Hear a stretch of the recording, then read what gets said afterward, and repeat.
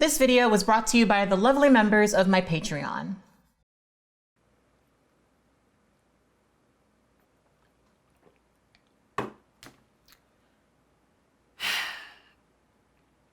So let's talk about Jeffree Star. Now, this is not the first time I've actually talked about Jeffree Star. I made a video a couple of years ago when a lot of people were pulling up his old racist videos. In that video, basically, I made the argument that we really can't judge people's current feelings about racism based on these 10-year-old videos. I also made the argument that, you know, MySpace was a different time, because it truly was. I mean, it was definitely a time where lots of choices were made. But at the same time, I said that we should actually interrogate him about how he currently feels. Basically, I made the argument that if the only black people in Jeffree Star's life are there to make him money, that's not necessarily evidence that he's not a racist, right? Now, hearing that, y'all should be able to see that I gave him a lot of leeway. I cut him a lot of slack. Now, what some of you guys might not know from just watching that video is that after I posted that video, Jeffree Star filed a copyright claim against me. It was one of the few times where I've had a video literally just yanked off of YouTube. It was one of the most upsetting experiences I've ever had on YouTube, right? And of course, I disputed it. The video got reinstated. Everything was copacetic and cool. But Jeffree Star, even with me giving him a very light criticism where I defended him low-key, still try to get my YouTube channel deleted. So I'll be honest, all the leeway that I gave him, I almost immediately regretted it because he did not deserve it. So in this video, I'm definitely going to be speaking really bluntly. Now, we know that we're not a drama channel over here. This is not a drama channel. We're not here to spill tea or da-da-da-da-da.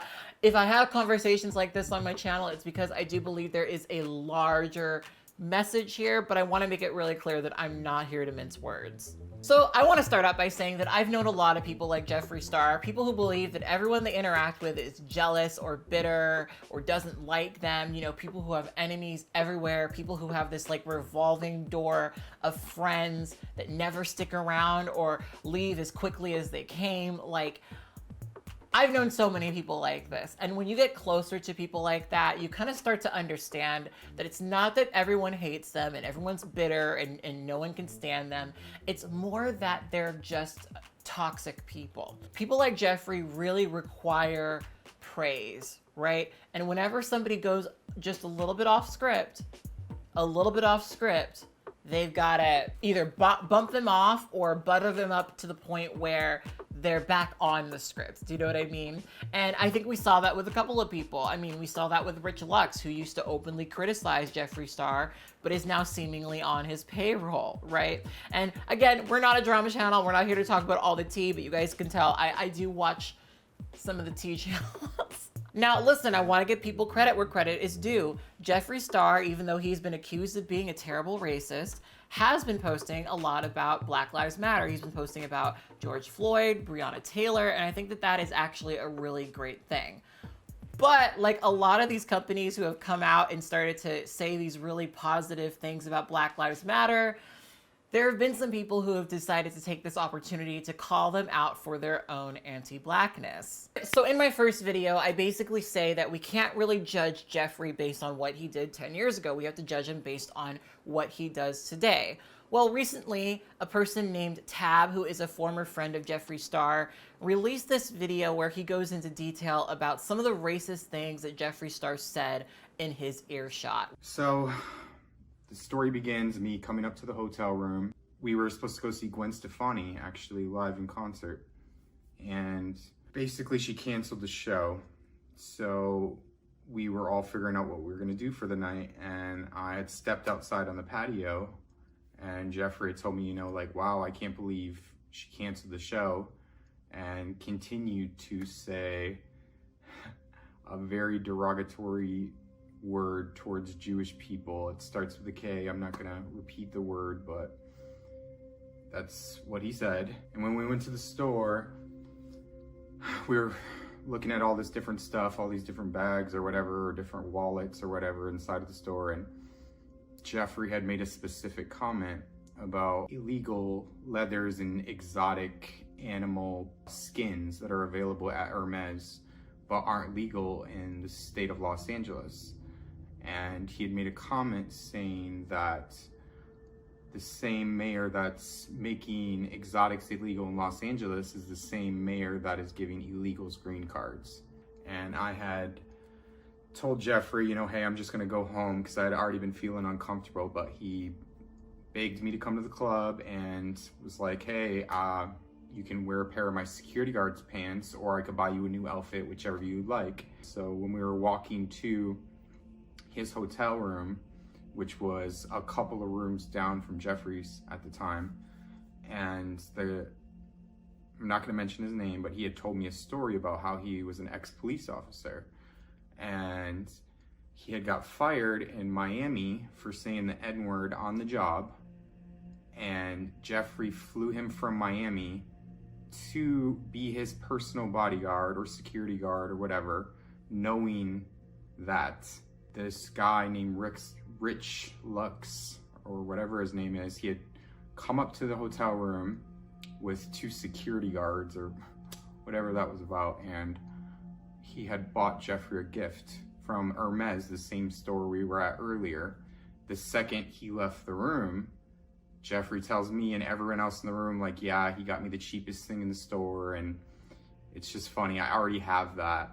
The reason why I mention that is because he has a tendency to just talk bad about everybody, and it really just sucks. So Jeffree likes to point out that a lot of people who call him out are just these fame-hungry people looking for likes, shares, and views. And I'll be completely honest and say that I think that's very, very true to some degree. There are a lot of people who make Jeffree Star content where they're just sort of, you know, posturing and being so offended and, you know, doing all of this stuff that's just so over the top to talk about Jeffree Star, honestly, in a lot of cases, doing things that are kind of innocuous, right? But that all being said, Tab is not a person who is looking for social media followers. And I watched the entire video and I definitely got the impression that Tab was just the sort of person who wanted to come on here, say those things, and leave. He's not looking for subscribers. He's not looking for clout. He's not looking for any of that. So I tend to find what he says to be very credible. I don't want to believe that, you know, Jeffree Star is a terrible racist, but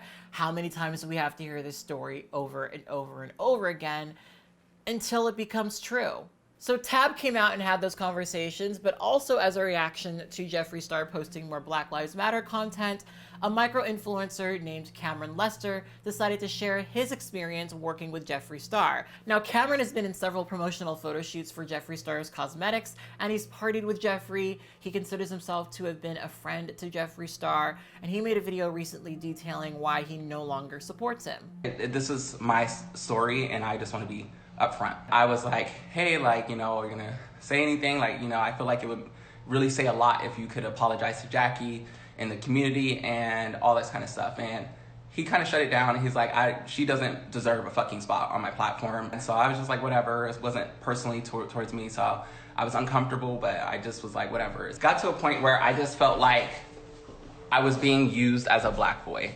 I felt like I was always defending Jeffree on Twitter. I was always going in, but I've never got the same in return energy from him. He's done so much for me, and I used to always, like, you know, he put me in my first campaign. He's done all these things, and I'm like, let me not say anything. So I was going hard for him on Twitter because I'm getting backlash, but he would never defend up for me, so I was really hurt. Now, full disclosure, I've met Cameron, and I think that he is an absolutely lovely young man, but I gotta be honest, I really don't know what he was expecting. I don't really take any pleasure in essentially saying I told you so, but I don't know what Cameron was expecting.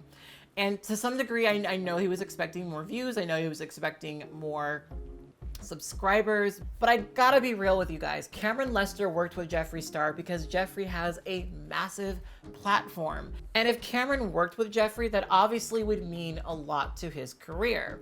Jeffree Star has 18 million subscribers on YouTube, and it seems like no conversations about his former or current racism are ever going to significantly hurt his platform. And I'll be honest with you guys, it has been really interesting for me to observe the way that Jeffree Star has been handled and seen and still celebrated. Now, in this video, he talks a lot about feeling tokenized, feeling like he is going out and defending Jeffree Star and then being called a coon and being called all of these terrible things because he's defending somebody who a lot of people said was a racist, right? And how he didn't feel like that was reciprocated, how he didn't feel like his labor in defense of his white friend who was accused of racism was not reciprocated, right? I think that isolation has opened a lot of people's eyes to the energy that they spend and whether or not it was productive and good and useful for them. And when I look at the situation, I look at somebody who spent a really huge amount of emotional energy defending somebody who, frankly, we warned you about. When I called Jeffree Star out, a lot of people's reaction to that was to tell me to be patient and to be educational and to help him out understand. And, you know, honestly, when he claimed my video, I kind of knew that he wasn't the kind of person who would listen to that. When it comes to racism, there are definitely people who are ignorant. There are definitely people who don't know no better, right? But one of the sort of sad realizations I've had is that there are people who know better and know that they're being racist and know that they're saying really bad things and they just don't care. Furthermore, there are people who know that they can't say certain things publicly, so they will only say them privately amongst friends and amongst people who they know they won't get called out for saying those things. Personally, I've learned a lot in isolation, and one of the things that I'm constantly thinking about now is who I give my energy to. I recently finished this really amazing book called Why I'm No Longer Talking to White People. You can't really see it. About race. It's by Rennie Edo Lodge, and it's a really amazing book. It's really vital, I think, for anyone who's trying to understand why so many of these conversations are frustrating. And I wanted to read a passage from it because it really made me think a bit about this whole Cameron Lester situation. This is part of the chapter about race and class. She writes, so although class and race are inextricably connected for people of color, moving or changing class can be a tantalizing prospect. Children of immigrants are often assured by well-meaning parents that educational access to the middle class can absolve them from racism. We are told to work hard, go to a good university, and get a good job.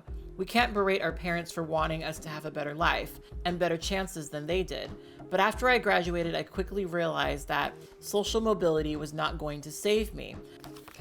And I thought that that was a little bit relevant here because it's almost like Cameron saw the racism and was like, okay, but not me though. You know, okay, maybe he did say this about this person, but like not me though. It's really seductive to a lot of Black people to believe that you're going to be able to put yourself in a position if you just walk and act and talk the right way. Racism is something that you're not going to experience. But, you know, for me, again, I don't take pleasure in saying I told you so, but I don't know how Cam looked at Jeffree Star and all of the myriad accusations of racism and didn't think it would happen to him. I don't understand that. I do not get that, right? For me, the lesson in all of this is, again, to really think about where you're spending your energy. After all of that, Cameron still has under 100,000 subscribers. I think his most recent video has under 2,000 views. He put himself all the way out there, exhausted himself, got attacked on Twitter, put himself into a position where he's potentially going to be seen less favorably by other Black influencers. All for nothing. All for nothing. And I'm not saying it would have been worth it if he got something out of it, but I just want to point out the little that was gained from it all, because at the end of the day, I do think that that stands as evidence that this is not productive for you. This is not helpful for you. So at the end of the day, I again think that this was a big lesson for Cameron. I think that he is going to really come out of this with more awareness, and I think that's a great thing. I think that in this time in quarantine, I think this is a really important time to hunker down and to gain more awareness. I think that Cameron fell down the trap that a lot of us fall through, a lot of Black people fall through. We believe that it's just not going to happen to us if we act the right way. And I'm glad that he was able to see through it and to call it out, and I hope he moves forward, not backwards. There have been a couple of people who have called out Jeffree Star only to get some PR randomly, and we really hate to see it. We really do hate to see it. So anyway, I think I've said all I want to say about this. If you have anything to add, I would love to hear it in the comment box below. I'm curious for the Black folk watching this right now. Would you ever work for Jeffree Star? Would you ever collaborate with Jeffree Star? Would it be worth selling your soul? Let me know. I'll talk to you guys next time. Bye.